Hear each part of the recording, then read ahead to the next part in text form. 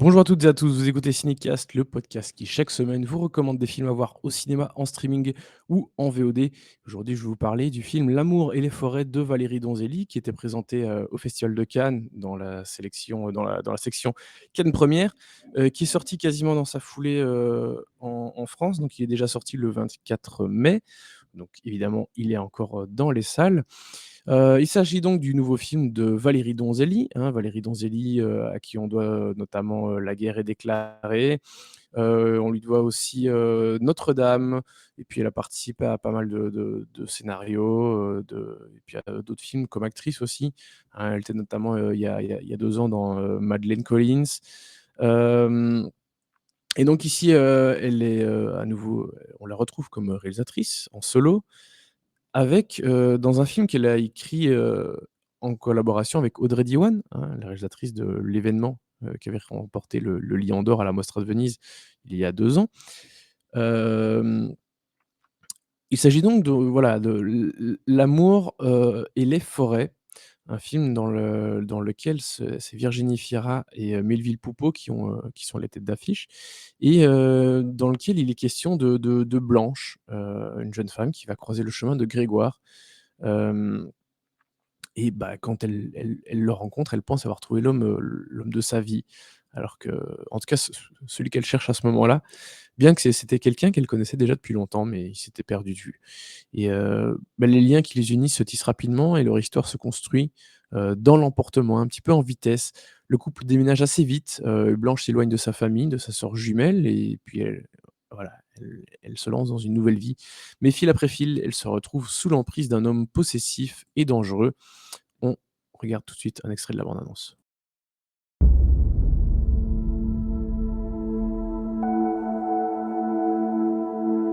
J'étais folle de lui. Eh bien oui, je parle fort parce que je suis heureux et j'ai envie de le crier. Il était d'une tendresse infinie. Oh, je t'aime. J'aime tout. Moi aussi. C'est plus sage d'attendre un peu. À mon âge, moi j'ai plus envie d'être sage. Bon, t'es sûr que tu vas pas regretter de faire tout ça pour moi? Ah, j'échange la mer contre les forêts. Et l'amour. Tu te plains de ton mari? Pourquoi tu veux toujours que je me plaigne de toi? Pardon, excusez-moi. Pourquoi tu m'as raccroché au nez? Quand j'étais en cours, Tu rentres à quelle heure? 17h, pourquoi? Il t'appelle tout le temps, ton mari, hein? Oui, il est comme ça. Bah oui, il est comme ça, sacré Melville.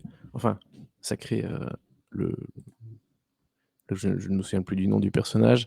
Je vais regarder ça incessamment sous peu. Voilà, oui, Greg, voilà, je viens de le dire. Je suis désolé, les noms des personnages dans les films, c'est un truc, j'ai vraiment beaucoup de mal, je les retiens jamais. Mais oui, il est comme ça et c'est bien ça le problème de Greg. C'est que, c'est pas qu'il est un petit peu possessif, c'est qu'il est très, très possessif. Comme on vient de le voir et l'entendre, il appelle régulièrement sa femme à toute heure, du jour, alors qu'elle est prof, elle donne cours, à un moment elle est quand même souvent occupée. Hem, il veut tout le temps savoir ce qu'elle fait, où elle est, avec qui, à qui elle parle. Hem et ce qui partait en tout cas comme étant une jolie idylle, passionnelle, se transforme quand même rapidement en quelque chose de plus sombre, de plus, voire de plus dangereux même. Alors évidemment, il est question de masculinité toxique, il est question de pervers narcissique et je trouve que ce qui est bien avec ce film, c'est qu'il l'aborde en partie, de façon un petit peu différente que ce qu'on a déjà pu voir. C'est-à-dire que, ici, le personnage de Greg, bon ça c'est pour la partie classique évidemment, il essaye il pense, en tout cas, être, toujours droit dans ses bottes, essayer de faire les choses bien, ce qui n'est évidemment pas le cas, hein, mais il y a des moments où il essaye de comment dire? De réfléchir par rapport à ce qu'il fait et où on se dit: «Tiens, est-ce qu'il est en train de prendre conscience que là, il est en train de dépasser certaines bornes?» Je bon, je on n'a pas l'impression qu'il en ait vraiment conscience, mais en tout cas, il s'interroge et ça, c'est déjà pas mal, mais c'est quelque chose qu'on a à la limite déjà vu, à d'autres reprises dans des films parlant de ce sujet. Mais, mais ce que j'ai trouvé vraiment bien, où j'ai pas l'impression qu'on l'ait vu souvent ça, c'est qu'il y a vraiment une confrontation, un peu plus frontale à un moment dans le film où, bah, là vraiment les mots sont dits entre les 2 personnages et où il y a peut-être une vraie prise de conscience à ce moment-là. Et j'ai l'impression de pas vraiment voir souvent ce genre de confrontation directe, en tout cas, dans ces termes et dans ce de cette façon-là. Bien sûr qu'il y a toujours des confrontations entre les personnes, qui sont engagées dans ce type de relation avec malheureusement un pervers narcissique et ça on l'a déjà vu plusieurs fois, mais comme ça en tout cas j'avais pas l'impression de l'avoir déjà vu et ça j'ai trouvé ça plutôt bien. Hem Bon, Virginie Fira, toujours au top, hein. C'est un peu une des meilleures actrices, dans le cinéma, francophone en ce moment, depuis quelques années déjà, mais il y a rien à faire, ça bouge pas. Elle est très bien, même dans le rôle de la jumelle qu'on voit un peu moins, mais elle est c'est très bien ce qu'elle fait aussi. Melville Poupeau, je le trouve bien, mais en même temps, je commence un peu à en avoir c'est un peu méchant, mais je commence un peu à en avoir ma claque, de Melville Poupeau. J'ai l'impression qu'il fait tout le temps soit des rôles d'amoureux transis, soit des rôles, de mecs un peu manipulateurs, et ici, bah, il fait les 2 en même temps, donc ça a tendance à me gonfler encore plus. Alors certes, oui, il les joue bien ces rôles, mais je je j'en ai marre de le voir, faire ça et je crois que je commence à en avoir marre de le voir au cinéma. Il a eu un creux dans sa carrière, j'ai l'impression, entre le milieu, fin du début de enfin, vers 2005-2010, on l'a plus trop vu ou en tout cas, oui, moins, jusqu'à 3-4 ans et là, j'ai l'impression que depuis 3-4 ans, il revient quand même beaucoup, en force.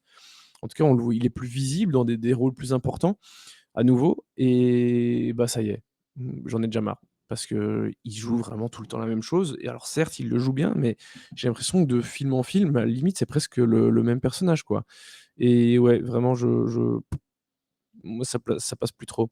Ce qui c'est pas pour ça que je vais donner une mauvaise, note, au film et que j'en ai une mauvaise opinion, loin de là. Je trouve le film vraiment bien. Mais voilà, c'est ce film m'a fait prendre conscience que, voilà, Melville Poupeau, moi j'atteins un peu mes limites avec lui, malheureusement. Cela dit, parlons encore un petit coup de Valérie Donzelli, de sa mise en scène, de ses choix artistiques. Il y en a que je comprends pas trop, notamment l'utilisation, pardon, de filtres, bleus et rouges là, ça sert à rien. Ça sert vraiment à rien. Il faut arrêter les filtres de couleurs dans les films, vraiment, c'est de la branlette. Heu, on comprend pas les intentions de ce genre de choix artistique et oui, vraiment, je trouve que ça n'a aucun intérêt. Donc ça, c'est le seul point un peu sur lequel j'ai à redire. Pour le reste, je trouve ça vraiment bien. Toute la gestion de la tension, le choix qu'elle fait au niveau du timing, hem et donc de montage aussi évidemment. Les choix bah, l'écriture du scénario tout simplement, des dialogues et franchement bravo à Valérie Donzelli et à Audrey Diwan pour ce travail parce que c'est vraiment remarquable je trouve et voilà, tout le travail d'ambiance qui passe bien sûr par les choix de décors et cetera, mais voilà, tout le travail sur l'ambiance est vraiment bien foutu et ça tient vraiment très bien la route donc ça c'est vraiment super, voilà. Donc la mise en scène de Donzelli, top. J'ai beaucoup aimé, ce qui est pas toujours mon cas, j'ai un peu du mal avec ces films une fois sur 2. Voilà, donc c'est pas toujours une réalisatrice qui m'emballe énormément, mais voilà, ici ça a payé. J'ai vraiment beaucoup aimé et donc voilà, ce serait un très bon, 3 étoiles pour, L'amour et les forêts. Sur ce, je vous dis à très vite pour des nouvelles recommandations et d'ici là, beh, portez-vous bien et évidemment suivez le podcast sur les plateformes et les réseaux sociaux.